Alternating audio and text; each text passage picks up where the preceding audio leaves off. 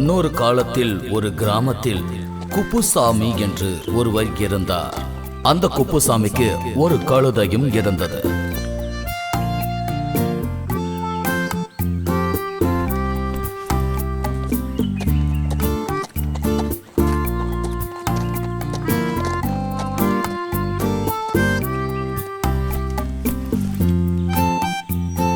அந்த கழுதை மேலதான் குப்புசாமி தன்னுடைய வியாபார பொருட்களை சந்தைக்கு எடுத்து சென்றார்.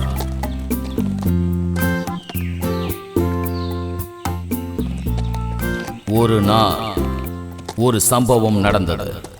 சந்தையில் வியாபாரம் முடிந்த பிறகு திரும்பி வரும்பொழுது குப்புசாமிக்கு மிகவும் அசதியாக இருந்தது. அப்போது அருகில் இருந்த ஒரு மர நிழலில் சிறிது நேரம் குப்புசாமி ஓய்வெடுக்க விரும்பினார்.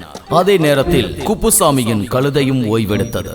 அந்த மர நிழலில் குப்புசாமியும் கழுதையும் ஓய்வெடுத்துக் கொண்டிருக்க திடீரென்று ஒரு பெரிய பாம்பு அங்கு வந்தது. அதை கண்டதும் கழுதை மிகவும் பயந்தது. அடடா, இது ஒரு பாம்பாச்சே. அது இப்ப நம்ம எஜமான் கிட்ட போய்கிட்டு இருக்க. அப்படின்னா எங்க எஜமான கடிக்கிறது தான் உன்னோட திட்டமா? நம்ம எப்படியாவது எஜமான காப்பாத்தி ஆகணும். உனக்கு எவ்வளவு தைரியம் இருந்தா எங்க எஜமான கடிக்க வருவ? உன்ன என்ன பண்றேன்னு பாரு.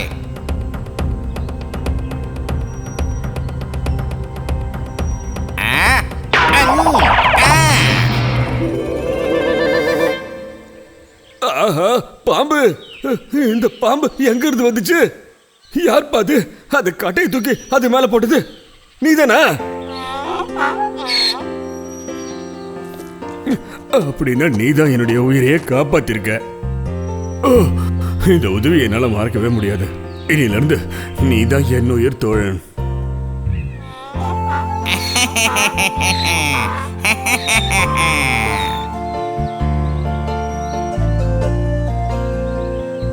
பிறகு குப்புசாமி தினம் தினம் தன்னுடைய வியாபார பொருட்களை கழுதையின் மீது ஏற்றி வியாபாரத்திற்கு செல்வார். சந்தையில் வியாபாரம் முடிந்த பிறகு திரும்பவும் இருவரும் வீட்டிற்கு வந்து விடுவார்கள். வழக்கமாக இதுதான் நடக்கும். என் உயிர் தோழா, உற்சாகத்தோட நல்லா வேகமா நடந்து வரணும். நாள் முழுக்க கஷ்டப்பட்டு உழைச்சாதான் உனக்கு நான் வயிறு நிறைய சாப்பாடு தர முடியும். நான் புரிஞ்சுதா? புரிஞ்சுதுங்க ஐயா. ஆனா இந்த சரக்கு மூட்டை தான் ரொம்ப பாரமா இருக்கு.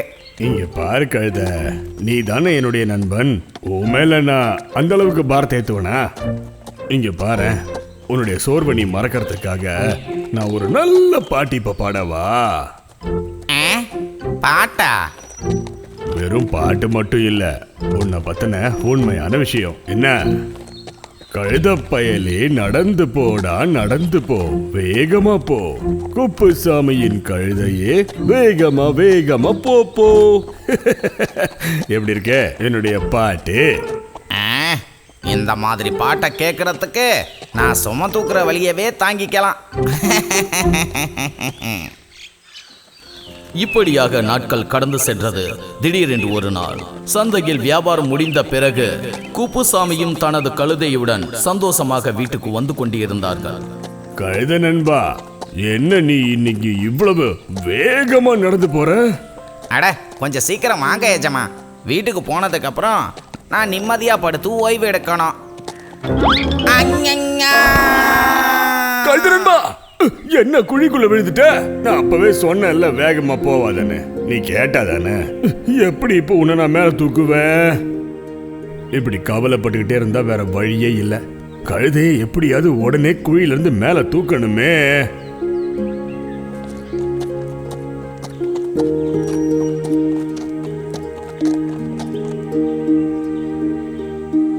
இப்படியாக பாவப்பட்ட அந்த குப்புசாமி தனது கழுதையை காப்பாற்ற பல முயற்சிகள் செய்து கொண்டிருந்தார்.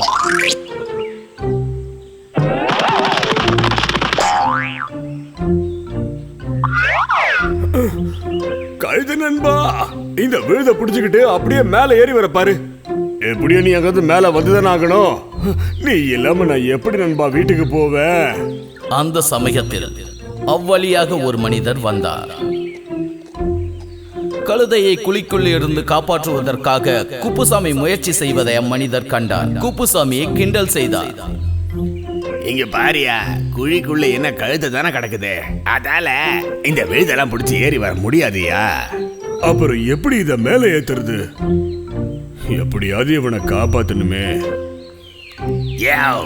இது ஒரு பழைய குழியா, அந்த கழுதிய மேல ஏத்தலாம் முயற்சி பண்ணாத, அதை அங்கேயே விட்டுட்டு போய் வேலையை பாரு. ஐயோ, அது எப்படி? அப்படின்னா இங்கே உட்காந்து தேவடு காத்து நிறு நீ.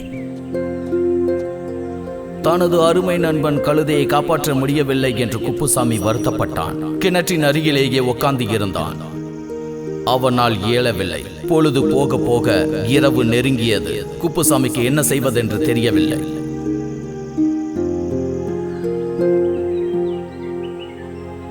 அந்த நேரத்தில் அந்த வழியாக ஒரு சன்னியாசி வந்து கொண்டிருந்தார். கிணற்றின் அருகில் குப்புசாமி புலம்பிக் கொண்டிருப்பதை அவர் கண்டு அருகில் வந்தார். ஓ, இதுதான் உனது கவலையா? நான் ஒன்றிடம் ஒன்று கேட்கட்டுமா குப்புசாமி? நீ ஏன் அந்த கழுதையை இங்கே விட்டுவிட்டு செல்லவில்லை? இந்த கழுத எனக்கு ரொம்ப பிரியமானவன். அவனை இப்படியே விட்டுட்டு போக என்னால முடியாது. நேத்துல இருந்து அவன் பாவம் எதுவுமே சாப்பிடவே இல்லை.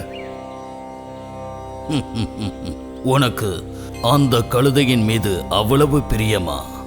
ஆமா, இவனை இங்க இருந்து காப்பாத்துறதுக்கு ஏதாவது ஒரு வழி சொல்லுங்களேன்.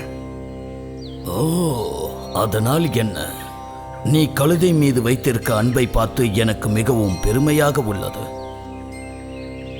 எப்படியாவது என்னுடைய கழுதையை காப்பாத்திடுங்க. கவலைப்படாதே குப்புசாமி, கழுதையை காப்பாத்தி விடலாம். முதலில் நீ கொஞ்சம் மண்ணை அள்ளி கொண்டு வந்து இந்த குழியில் போடு. மண் எதுக்கு? இந்த கிணற்றில் போடதான். என்னங்க, கிணறு அப்புறம் மூடி போயிடாதா என்ன? என்னுடைய கழுத நண்பன் செத்து போயிடுவானே. பயப்பட வேண்டாம் குப்புசாமி, நீ என்னை நம்பு. சன்னியாசியின் வார்த்தையை கேட்டு குப்புசாமிக்கு விருப்பம் இல்லாமல் இருந்தாலும் கூட மண்ணை கொண்டு வந்து அந்த கிணற்றில் கொட்டினார். பயப்பட வேண்டாம் குப்புசாமி, தைரியமாக மணலை கொட்டு. சந்தேகப்படாதே, நல்லதே நடக்கும். குப்புசாமி கிணற்றில் எட்டி பார்க்கும் போது கழுதை அந்த மண்ணின் மீது ஏறி நிற்பதை பார்த்தான். குப்புசாமி வேக வேகமாக ஓடி மணலை அள்ளி வந்தான். தொடர்ந்து கிணற்றில் கொட்டினான். குப்புசாமியை பார்த்து சிரித்து விட்டு சன்னியாசி அங்கிருந்து கிளம்பி விட்டார்.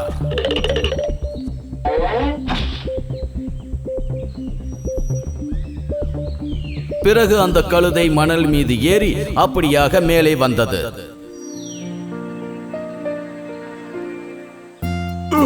என்னுடைய கழுதை நண்பா, என்ன ரொம்ப பயமுறுத்திட்ட நீ. அந்த சாமியாரு சரியான நேரத்துல எனக்கு யோசனை தரலன்னா உன்னை காப்பாத்திருக்க முடியாது.